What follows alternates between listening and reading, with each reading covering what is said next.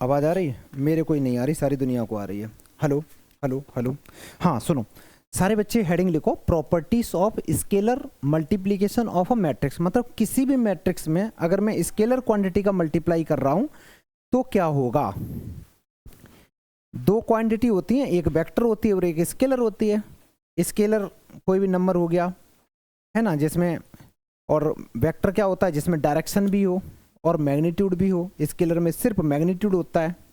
Vector तुम लोगों ने थोड़ा थोड़ा पढ़ा ही होगा, अभी सर ने फिजिक्स में आई थिंक उसमें कराया होगा ना, बेसिक मैथ्स में। Vector dot product cross product भी पढ़ा।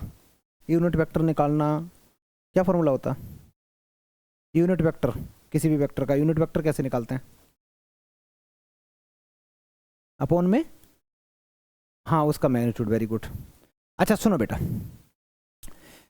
पहली प्रॉपर्टी ये कहती है, फिर सुन लो ध्यान से सुन लो, ये कहती है कि ए और बी दो कोई मैट्रिक्स हैं, दोनों का ही ऑर्डर m क्रॉस n है। दोनों का ही ऑर्डर m क्रॉस n है, मतलब ऑर्डर दोनों का सेम है।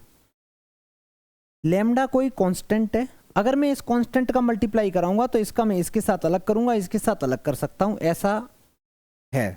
ठीक है, आगे देखो, अगर माइनस लेमडा हुआ तो कोई बात नहीं, माइनस का, इसका माइनस मैं बाहर भी कर सकता हूं और इस लेमडा का अंदर मल्टीप्लाई कर सकता हूं, कर सकते हैं बिल्कुल, ठीक है। और इसका बैक साइड से भी कर सकता हूं, मतलब कोई दिक्कत नहीं है। आगे देखो, क्योंकि कांस्टेंट है यहाँ पे लेमडा और म्यू, इसको म्यू बोलते हैं बेटा, लेमडा म्यू दोनों कांस्टेंट हैं। अगर मैं ए मैट्रिक्स का मल्टीप्लाई कर रहा हूं तो इसका इसके साथ कर दो, इसका इसके साथ कर दो, पॉसिबल है, ये बन गया। ऐसे लेमडा म्यू दोनों कांस्टेंट हैं, सॉरी लेमडा ये रहा, म्यू ये रहा, ये दोनों कांस्टेंट है, इन दोनों का मल्टीप्लाई आपस में करके ए के साथ कर सकते हैं। समझ में आ गया? लिख लो, जल्दी लिखो तो बच्चा। सुनो बेटा इधर देखो, ये सारी लिख ली। ये जो चीज तुम लिख रहे हो इनका कोई खास यूज नहीं है, एक बार में याद हो जाएंगे, इतने क्वेश्चन हम लोग प्रैक्टिस करेंगे तो याद हो जाएंगे। चलो, जैसे ये छोटा सा सवाल है बच्चा, अब अभी अभी हम लोगों ने क्या सीखा था, कोई भी अगर कांस्टेंट वगैरह है तो मल्टीप्लाई कर सकता है ना। तो पूछा है find non zero value of x satisfying the matrix, इसको सेटिस्फाई करें। तो ये एक्स का जो मल्टीप्लाई होगा, बोर्ड पे देखो, बोर्ड पे देखो, इसका मल्टीप्लाई बच्चा इसके साथ भी होगा, इसके साथ भी होगा, इसके साथ भी होगा, इसके साथ भी होगा। मैट्रिक्स में जब मल्टीप्लाई करते हैं तो हर एक एलिमेंट के साथ होता है। इनको जो अंदर बैठे इनको एलिमेंट बोलते हैं, एलिफेंट नहीं, एलिमेंट। ये 2 का मल्टीप्लाई इसमें होगा, इसमें होगा, इसमें होगा, इसमें होगा, ये 2 का इसमें होगा, इसमें होगा, इसमें होगा। सारे बच्चे करो तो जल्दी से मल्टीप्लाई।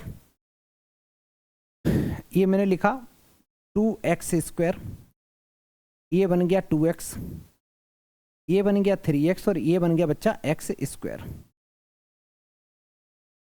प्लस साइन लगाया, 2 का मल्टीप्लाई किया। कैलकुलेशन करते समय कभी भी बगल वाली की कैलकुलेशन नहीं देखोगे, इससे अच्छा भीख मांग लो। कैलकुलेशन खुद करो, गलत हो जाए पूरा काट दो, फिर से खुद करो। जितनी बार मैथ्स में गलत भी हम करते हैं उससे सीखते हैं।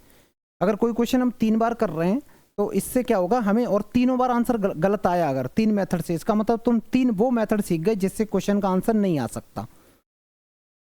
हमेशा ये नहीं सोचा करो कि बाकी सब्जेक्ट की तरह कि एक ही बार में मेरे आंसर आते रहे, ऐसा नहीं होता है। 2 का मल्टीप्लाई भाई मैंने कर दिया, तो 2x² प्लस 16 बना, ये 48 बना, ये 20 बन गया, ये 12x बन गया। मैंने लास्ट क्लास में एक चीज बताई थी कि दो अगर मैट्रिक्स हैं, सेम ऑर्डर की मैट्रिक्स हैं, तो उनको आपस में क्या कर सकते हैं बेटा, ऐड कर सकते हैं। तुम्हें हिंदी समझ में आती है अच्छे से? मैं हिंदी बोलता हूँ, ठीक है, हाँ, और तमिल आती है मेरे को, लेकिन मैं बोलूँगा नहीं, ठीक है, क्योंकि उसमें मेरे को क्या है ना कि उसकी तमिल की गाली सारी आती हैं। देखो ये मैट्रिक्स और ये मैट्रिक्स को बेटा अगर मैं ऐड करूंगा तो ऐड कैसे होता, तुम ही बता बच्चा, कैसे ऐड का होता है?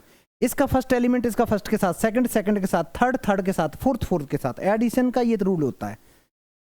लास्ट वाले बच्चे तुम लोग देख लो बेटा, इसका ऑर्डर बताओ कितना है, 2 क्रॉस 2, इसका कितना बेटा 2 क्रॉस। ऐड ऐसे करते हैं, ये वाला एलिमेंट इसके साथ ऐड होगा तो ये ऐसे बन जाएगा 2x² प्लस 16, ये 2x और 10x ऐड करेंगे, कितने x हो जाएंगे 12x, यहां लिख दो कोपचे में। 3x प्लस 8 यहां लिख दो, x² प्लस यहां पे लिख दो, इक्वल टू जो भी है, राइटिंग अच्छा अच्छा लिखना बच्चा।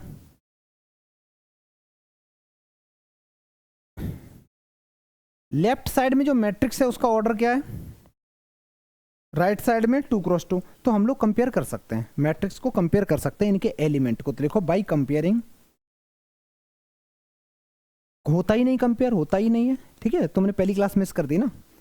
हाँ, तो ये तुमको लगभग 1-2 महीने परेशान करेगी ये बात। तो आज क्या करना है, वीडियो देखना है, ठीक है, घर जाके बाई कंपेयरिंग।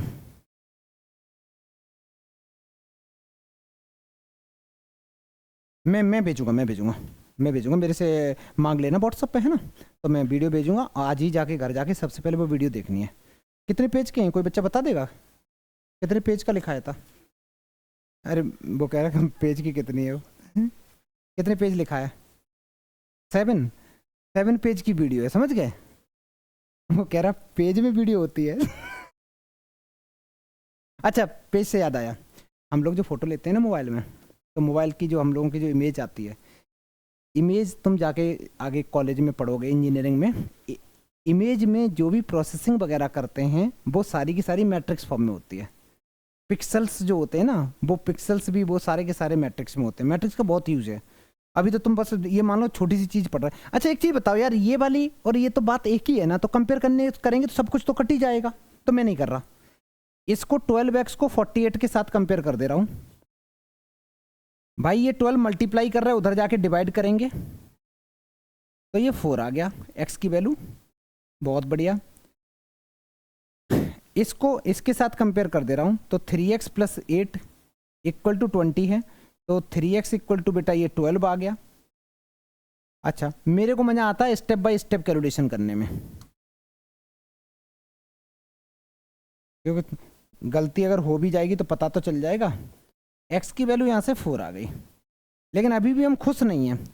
जितने भी एलिमेंट होते हैं सबको कंपेयर करके देखना होता है। ये नहीं एक से आंसर आ गया और नाचने लगे, ढोल ढोल मंगा लिया, ऐसे नहीं करना होता। हर एक का हम लोग चेक करेंगे। उसका मैं बता रहा हूं क्या होगा जब इसको इसके साथ कंपेयर करेंगे। अभी तुम खुद ही आंसर देगी इसका कि एग्जाम में नंबर कटेंगे या बढ़ेंगे। ये एक इक्वेशन है, सारे बच्चे सॉल्व करना जल्दी से। लास्ट वाला लास्ट से मैं कंपेयर कर रहा हूँ, आंसर बताओ। हाँ ठीक है, करते रहो मैं देख रहा हूँ। जिन बच्चों ने कर लिया मेरे को दिखाते रहो। बहुत बढ़िया बेटा, क्या आंसर है बताएगी? और बताओ और बताओ और बताओ।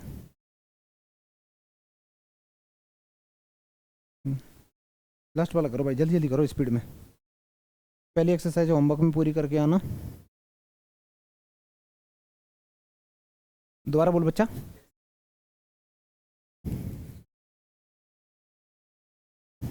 सिर्फ और सिर्फ 3-4 बच्चों का सही है पूरी क्लास में, और सबका आंसर गलत आया। देखा, ये गलतियां मत करा करो, ये गलती मत करा करो। पहले तो मैं बता दूं, एक्स स्क्वायर जब इधर लेके आओगे ना तो ये बनेगा माइनस का 12x equal to 0 x square. फिर कहते हो सर मेरे पूरे नंबर नहीं आ रहे, कहाँ से आएंगे? एक्स से एक्स तुमने काट दिया और भूल गए क्वाड्रेटिक इक्वेशन है। क्वाड्रेटिक इक्वेशन जिसकी डिग्री 2 तो आंसर भी तो 2 आने चाहिए। क्यूबिक इक्वेशन है तो 3 आने चाहिए। वेरिएबल से कसम खाओ कि वेरिएबल से वेरिएबल कभी नहीं काटेंगे जिंदगी में, नहीं तो तुम्हारा कटेगा। वेरिएबल से वेरिएबल कभी नहीं काटना होता। एक सवाल में दे रहा हूं बेटा, अगर मैं सवाल तुम्हें लिख दूं x cube equal to x, तो कुछ बच्चे क्या करेंगे ना, कुछ बच्चे तो लोग काट दिया। ये थोड़े नहीं होता है, ये तुम कट ही नहीं कर सकते। क्या करेंगे, अगर इसके आंसर से मैं पूछूं निकालने को, तो ये सॉल्व करने का तरीका ये रहेगा इसका, यहाँ से x कॉमन लोगे तो ये बनेगा x square minus 1 equal to 0। अब इसको लिखोगे x प्लस 1, दूसरे ब्रैकेट में लिखोगे x माइनस 1 इक्वल टू 0। तीन चीजों का प्रोडक्ट 0 है तो x इक्वल टू 0 हो सकता है, -1 हो सकता है, +1 हो सकता है। क्यूबिक इक्वेशन थी, 3 आंसर चाहिए थे। हाँ वो चीज़ अलग है, कभी कभी सेम रूट आ सकते हैं। समझ में आया? तो वेरिएबल से वेरिएबल कभी कट नहीं करना। जिन बच्चों ने करा है सॉरी फ्रॉम योर साइड। यहाँ से मैंने x कॉमन ले लिया। अब यहाँ से 2 आंसर आए, एक आया 0 एक आया 4। अब मैं कंफ्यूज हूं कि मैं आंसर 0 लिखूं कि 4 लिखूं या फिर 0 4 दोनों लिखूं। अगर ऑब्जेक्टिव सवाल हो ये, तो अब मेरे को बताओ कि मैं आंसर क्या लिखूं।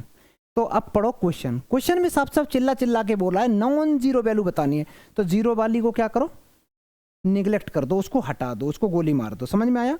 तो करेक्ट आंसर देयरफॉर क्या हुआ, 4 इज द राइट आंसर। दूसरी बात, अब तुमने किसी ने डाउट पूछा था, होता क्या है ना कि मान लो एक इसके लिए अलग वैल्यू सेटिस्फाई कर गई, इसके लिए नहीं कर गई। अब यहाँ पे आंसर कुछ और आ जाता, मान लो यहाँ पे आंसर कुछ और आ जाता, मान लो 5 आ जाता x की वैल्यू, हम वही आंसर लेते हैं जो सब में कॉमन होता है, जो हर एक एलिमेंट को कंपैरिजन करने पे आए। अगर मान लो यहाँ पे सेटिस्फाई कर रहा था, वहाँ नहीं करता, तो मैं लिखता देयर इज नो सॉल्यूशन। समझ में आया? तो वो कंपैरिजन ही नहीं हो पाता। तो क्वेश्चन जब भी एग्जाम में तुम्हारे में आएगा तो वो ऐसा आएगा कि उसमें एक आंसर होगा जो मैच कर रहा होगा सब में, जो कॉमन आंसर होगा वही हम लिखेंगे। डन। चलो सारे बच्चे इसको कर लो, नेक्स्ट सवाल।